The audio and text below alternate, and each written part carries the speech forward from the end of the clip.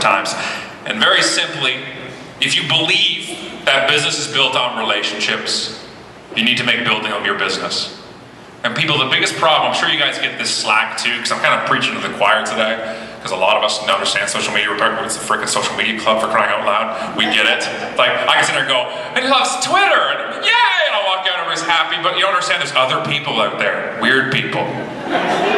Weird people like, yes, like Mike's brother, who don't use the Twitter. And you know why I'm not scared of saying about that? Because he can't tweet about it.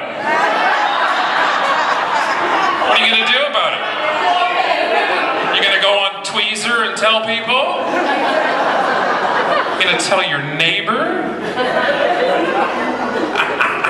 Watch his neighbor be like Robert Scoble with 1 million followers. And marketing is an asshole, LOL, you know, that's it.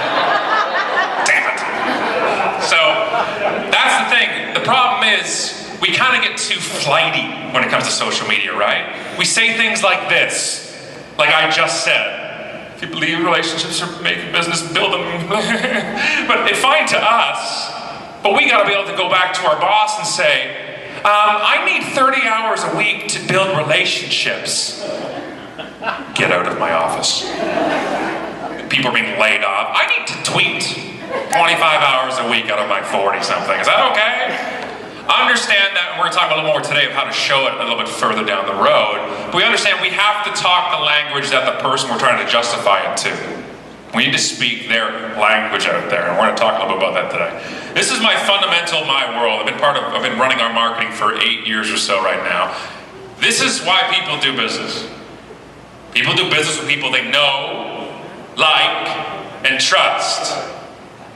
Barring that, if you don't have any of these, then you start looking.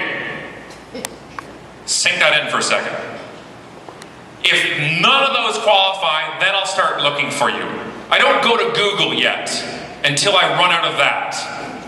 We're all trying to aim to be best at Google. Let's improve our search engine rankings. We have conferences based on these things. That's a PubCon crack, by the way. I'm just kidding. You know, and I said this at PubCon down here when I was here down last time. You know what the best SEO is? You want to do great SEO? Write great freaking content. That's the best SEO you can make. You know what? Yes, great. 3 people. I paid them $5 each to clap at certain points in the session. Thank you, Stan. I love you.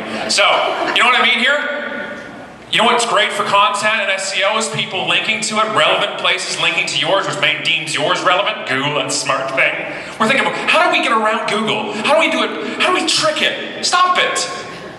Stop trying to create shortcuts instead of creating great content. If you spent 1/10 of the time just writing great stuff and trying to figure out the new way to get around Google slapping, you'd write some pretty good stuff, wouldn't you?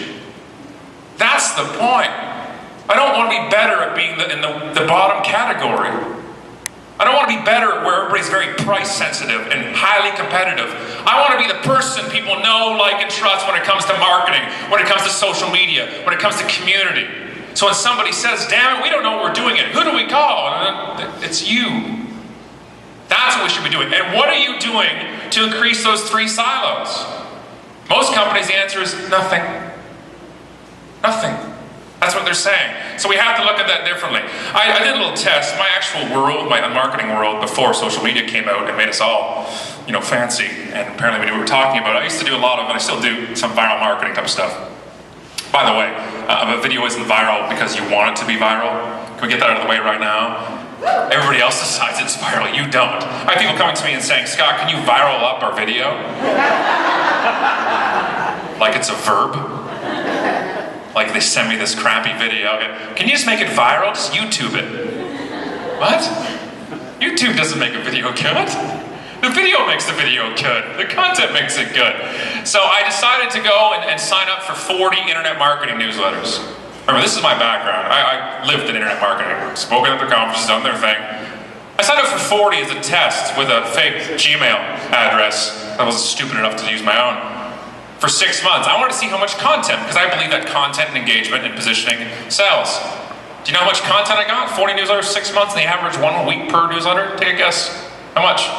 How much standalone content? What I mean by that is what I signed up for. sign up for our weekly newsletter where we'll supply you with tips and tricks to